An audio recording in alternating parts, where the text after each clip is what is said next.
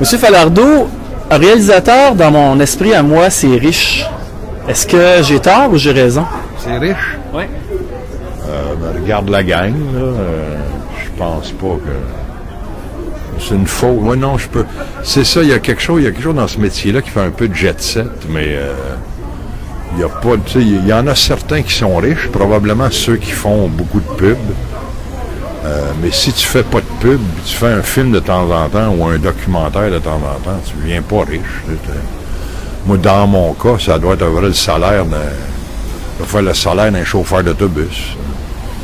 Monsieur Falardeau, il y a un problème au niveau de la loi. Expliquez-moi, qu'est-ce qui se passe, qui reçoit l'argent lorsqu'il y a un gros succès? Je sais pas si si le problème c'est la loi, mais moi, la façon dont moi je vois ça, c'est que quand on était plus jeune, on faisait des films et puis ils passaient nulle part. Donc, à un moment donné, juste les premières fois où ils passaient nos films dans des salles, ça passait 2 soirs à l'Outremont. On était heureux, mon vieux, on aurait liché le cul du pape pour... on était prêts à tout. Donc, il n'était pas question, tu signais pas de droit de quoi que ce soit. Donc, les distributeurs, au cours des années, ils sont tout accaparés. Puis nous autres, on disait rien parce que c'était... Après ça, quand ça s'est mis à marcher, le simple fait que nos films soient en salle commerciale, on était heureux au bout, Bon, alors les distributeurs, il y avait l'argent des salles et puis l'argent de la TV. Puis quand est arrivé les nouvelles technologies, la télévision payante, ben, ils ont dit, mais c'est à nous autres aussi. Puis quand est arrivé les cassettes, ils ont dit, mais c'est à nous autres aussi. Puis le DVD, ben, c'est à nous autres aussi. Puis là aussi, nous autres, des fois, on disait, bon, les cassettes, ils vont en vendre 10. Mais aujourd'hui, tu t'aperçois qu'il y a un crise de marché là, puis les distributeurs, quand un film marche, ils s'en mettent plein les poches, puis ils nous volent, c'est fait avec notre sueur, puis notre cerveau, puis ils nous volent, puis ils payent le Mercedes en nous volant, les estis. Je vais pas faire l'apologie des réalisateurs. La job d'un réalisateur, si j'ai bien compris, c'est d'être assis sur une chaise assez haute, dans un endroit chaud, et de crier après le monde. C'est ça la job d'un réalisateur? C'est une vision de ça. Moi, je vois pas ça de même.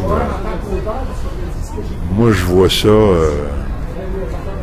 le réalisateur, c'est juste l'auteur du film, et puis c'est un gars qui dirige une équipe de 50, 60 personnes.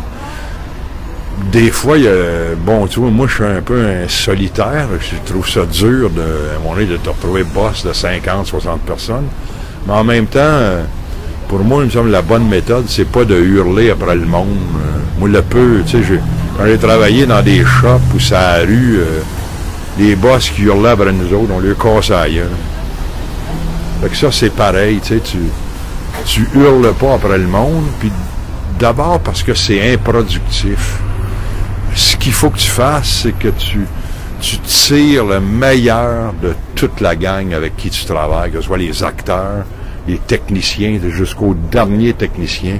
Il faut que tu les embarques dans ton projet, que tu les fasses triper, qu'il y ait du fun, qu'on ait du fun à travailler ensemble, puis qu'ils aient l'impression qu'ils sont en train de participer à une aventure. Mais tu sais, ça, c'est quand moi je fais mes films. Les autres, ils font bien ce qu'ils veulent. Tu sais. Après 2 films, les réalisateurs, vous avez une pension à vie, vrai ou faux? Après 2, on a une pension à vie.